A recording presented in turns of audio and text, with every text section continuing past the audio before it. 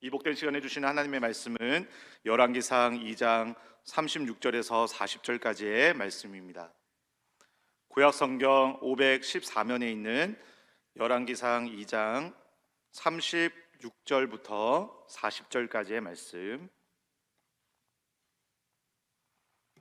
열왕기상 2장 36절에서 40절까지의 말씀을 한 절씩 교독하도록 하겠습니다. 왕이 사람을 보내어 시므이를 불러서 이르되 너는 예루살렘에서 너를 위하여 집을 짓고 거기서 살고 어디든지 나가지 말라. 너는 분명히 알라. 내가 나가서 기드론 시내를 건너는 날에는 반드시 죽임을 당하리니 내 피가 내 머리로 돌아가리라. 시므이가 왕께 대답하되 이 말씀이 좋사오니 내 주왕의 말씀대로 종이 그리하겠나이다 하고 이에 날이 오르도록 예루살렘에 머무니라. 3년 후에 시므이의 두 종이 가드왕 마아가의 아들 아기스에게로 도망하여 간지라. 어떤 사람이 시므이에게 말하여 이르되 당신의 종이 가드에 있나이다. 다 같이 읽겠습니다. 시므이가 그 종을 찾으려고 일어나 그의 나귀에 안장을 지우고 가드로 가서 아기스에게 나가 그의 종을 가드에서 데려왔더니. 아멘. 오늘은 생명을 지키는 마지막 경계선이라는 제목으로 하나님의 말씀을 나누도록 하겠습니다. 1979년 11월 28일에 뉴질랜드 항공 역사상 가장 끔찍한 참사가 있었죠. 그것은 257명을 태운 에어 뉴질랜드 901 여객기가 남극 에레버스 산에 충돌하게 되어져서 탑승객 전원이 전부 다 사망하게 된 사건이었습니다. 당시 비행기를 몰던 조종사는 초보자도 아니었고 베테랑이었다는 것이죠. 날씨도 그렇게 나쁘지 않았습니다. 그런데 왜 이러한 참사가 일어날 수밖에 없었을까요? 원인은 한마디로 이렇게 정의를 내립니다. 안전 경계선 무시였다. 안전 경계선 무시였다라고 하는 것이죠. 남극은 어떻습니까? 온통 하얀 눈과 이 얼음으로 덮여 있는 것이죠. 풍경이 너무나도 아름다웠기 때문에 더 멋진 경치를 더 가까이에서 보고 싶은 그 욕심이 그 마음 가운데 들지 않았겠습니까? 그래서 원래 항공 매뉴얼이 규정한 안전 고도 이 경계선인 16,000피트를 어겨버리고 무려 1,500피트까지 낮추어서 비행을 하다가 이러한 참사를 겪게 되었던 것입니다. 마찬가지로 우리의 죄의 유혹과 영적 타락이 바로 이와 같지 않는가 생각해 보게 되는 것이죠. 마귀는 우리의 눈앞을 온통 안전한 평지처럼 착각하게 만드는 것입니다. 이 정도는 괜찮아, 아무 일도 일어나지 않겠지라고 하면서 하나님께서 정해주시는 그 안전 고도 경계선을 너무나도 쉽게 가볍게 넘도록 만들어 버리는 것이죠. 바로 오늘 본문에 등장하는 시므이라는 인물이 바로 이 안전 경계선을 만만하게 보았다가 비극적인 결말을 맞이하게 된 인물 중에 한 명입니다. 솔로몬 왕은 시므이에게 자비를 베풀면서 결코 넘어서는 안 될 예루살렘과 기드론 시내라고 하는 영적 안전 경계선을 절대로 넘지 말아라, 넘지 말아라, 이렇게 그 고도선을 정해 주었습니다. 그러나 시므이는 어떻게 했습니까? 결국에 그 선을 넘게 되었고 파멸에 이르고 마는 것이죠. 그렇다면 우리는 이 말씀 앞에서 어떻게 하면 우리는 끝까지 유혹에 빠지는 것이 아니라 끝까지 하나님의 그 은혜 안에 머물기 위한 영적 경계선을 지켜 그 경계선을 넘지 않는 이 은혜의 보호하심 가운데서 우리는 어떻게 머물 수 있겠는가? 두 가지의 영적 교훈을 함께 나누기를 소망합니다. 첫 번째는 하나님의 이 경계선은 절대적인 생명선이다, 절대적인 생명선이다라고 하는 것을 기억해야 한다는 것이죠. 본문 36절과 37절입니다. 왕이 사람을 보내어 시므이를 불러서 이르되 너는 예루살렘에서 너를 위하여 집을 건축하고 거기서 살고 어디든지 나가지 말라. 너는 분명히 알라. 내가 나가서 기드론 시내를 건너는 날에는 정령 죽임을 당하리니 내 피가 내 머리로 돌아가리라. 당시의 고대 근동 사회는 피의 보복이 난무했던 사회였습니다.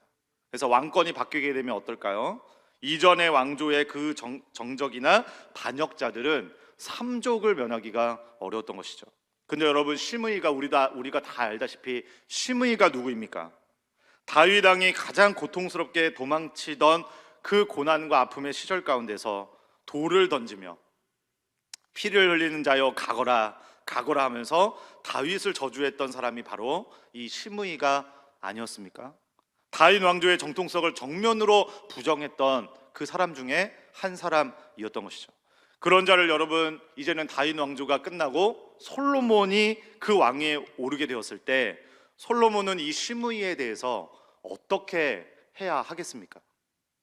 당연히 즉시 처형을 해도 모자를 판에 이 솔로몬은 뜻밖의 놀라운 제안을 시므이에게 하는 것이죠. 형벌을 면제해 주는 대신에 딱 하나의 조건을 거는 겁니다. 예루살렘 안에 집을 짓고 살며 기드론 시내를 절대로 건너지 말아라. 여러분, 왜 건너지 말라고 했을까요? 이 기드론 시내를 건너서 동쪽으로 간다라고 하는 것은 어떤 의미가 되냐면 바로 시므이의 고향이거든요. 시므이의 고향이자 사울 왕가의 세력이 있는 바후림의 그 땅으로 간다라는 것을 의미한다라는 것이에요. 그래서 이 기드론 시내를 건넌다는 것은 과거의 반역의 그 세력과 결탁하여서 또다시 죄를 지을 수 있는 그 여지를 남겨두겠다라는 것입니다. 그래서 그 경계선을 절대로 넘지 말아라. 그렇다면 그것을 넘지 않는 한 그 은혜가 너를 지켜 보호하여 줄 것이다 라고 하는 것이죠. 그렇기 때문에 여러분, 이 경계선은 무엇입니까? 이 경계선은 시므이를 절대로 가두어두는 경계선이 아닌 것이죠. 오히려 시므이를 보호하고 지켜주는 마지막 생명선과 같다. 이것을 시므이는 반드시 기억해야만 했다라는 것이죠. 마치 하나님께서 에덴 동산의 모든 실과를 다 허락하시면서도 마지막 선악과만큼은 너희가 절대로 먹지 말아라, 이 경계선을 주신 것과 같지 않습니까? 이 선악과는 아담과 하와를 구속하려는, 또 가두어두려는 그 도구가 아니라 피조물인 인간이 창조주 하나님을 기억하며 어떻게 하면 내가 정말 살아갈 수 있을 것인가, 어떻게 하면 내가 생명을 부지할 수 있을 것인가, 그 은혜 안에 하나님께서 보호하여 주신다라고 하는 그 바로 사랑의 생명선과 같은 것이죠. 시므이는 이 은혜의 경계선 안에서 3년 동안에 아무런 위험 없이 평안을 누리게 되었습니다. 그러나 3년이라는 시간이 지나게 되자 어떻게 됩니까? 시므이는 이 사실을 망각하게 되는 것이죠. 이 경계선은 나를 구속하는 경계선이 아니라 나를 마지막까지 지켜주는 바로 마지막 최후의 생명선이었구나. 이것을 망각하게 되는 것이죠. 그러자 어떻게 됩니까? 그 속에서 다시 움트고 있었던 불순종의 칼날을 꺼내고야 마는 것이죠. 마찬가지로 마귀도 오늘 우리를 향해서 이렇게 속삭이고 있는 것이죠. 하나님의 말씀이 너무나도 고리타분하고 답답하지는 않느냐, 그 선을 넘어가야만 너에게 자유가 주어질 수 있지 않겠느냐. 그러나 우리는 반드시 기억해야만 한다는 것입니다. 기차는 레일 위를 달릴 때 가장 안전하고 물고기는 물속에 있을 때 가장 자유로울 수 있다는 것이죠. 기차가 만약에 답답하다고 해서 레일을 벗어나는 그 순간을 맞게 될 때에 그것은 결단코 자유가 아니라 대형 참사가 일어나는 결과일 수밖에 없다는 것입니다. 그러므로 이 말씀의 경계선은 절대로 내 형편에 따라, 내 생각과 감정에 따라 쉽게 넘나들 수 있는 고무줄이 아니라 나를 지켜줄 수 있는 절대적인 생명선이다라고 하는 그 사실을 이 새벽에 우리가 다시 한 번 더 마음속에 기억하며 다짐하게 될 때에 절대로 이 은혜의 울타리를 결단코 넘어서지 않을 것을 다시 한 번 더 믿음으로 다짐하며 결단할 수 있는 이 복된 새벽, 우리 모두가 다 될 수 있기를 주님의 이름으로 간절히 소망하며 축복합니다. 두 번째는 무엇인가? 눈앞의 손해와 문제 앞에서 결단코 흔들리지 말라라고 하는 것이죠. 38절과 39절입니다. 시므이가 왕에게 대답하되 말씀이 선하니 내 주 왕의 말씀대로 종이 그리하겠나이다 하고 이에 날이 오래도록 예루살렘에 머무니라. 3년 후에 시므이의 두 종이 가드 왕 마아가의 아들 아기스에게로 도망하여 온지라. 어떤 사람이 시므이에게 고하여 가로되 당신의 종들이 가드에 있나이다. 시므이에게 다시 찾아온 커다란 위기가 설명되고 있습니다. 자신의 종 2명이 블레셋의 그 가드 지역으로 탈옥을 감행했던 것이죠. 그냥 하인 몇 명이 도망쳤구나, 이렇게 이 정도로만 우리가 가볍게 생각할 수 있겠지만 당시에 이 종이라고 하는 것은 주인에게 있어서 가장 중요한 재산이 되었던 것입니다. 그런데 이 종이 특히나 남의 나라로 도망갈 정도로 였다라고 한다면 이 종들은 굉장히 건장하고 숙련된 종들이었다라고 우리가 예상할 수 있게 되는 것이죠. 게다가 명예를 목숨보다 귀하게 여겼던 수치의 문화 속에서 이 종들이 과감하게 자기가 속해 있었던 그 주인을 버려버리고 도망가게 되었다라고 하는 그 소문이 돈다라고 한다면, 여러분 시므이의 체면이 어떻게 되겠습니까? 그 가문의 명예와 자존심이 여러분 스크래치가 나지 않았겠습니까? 그래서 이 소식을 들은 순간에 시므이의 마음에는 분노가 먼저 앞섰던 것이죠.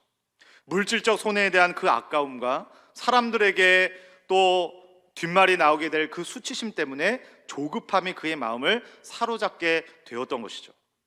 마치 남극 비행기의 조종사들이 더 멋진 그 경치를 보아야겠다라고 하는 그 인간적인 욕심과 성과주의에 눈이 멀어서 그 눈앞에 그 산을 보지 못했던 것과 같이, 시므이 역시 당장 눈앞에 닥친 이 물질적 손해와 자존심의 스크래치 앞에 눈이 멀어버리는 그 순간, 지난 3년 동안에 자기의 생명을 지켜주고 있었던 그 왕의 명령과 경계선을 너무나도 쉽게 넘어가 버리는 그 연약함을 범하고 말게 되었던 것입니다. 여러분, 어떤 마음이 더 앞섰기 때문입니까? 왕과의 약속보다 내 손해가 앞섰기 때문에, 내 자존심이 더욱더 앞섰기 때문에, 나의 유익과 명예 회복이 더욱더 시급하다고 생각되었기 때문이라는 것이죠. 마찬가지로 우리도 반드시 기억해야만 합니다.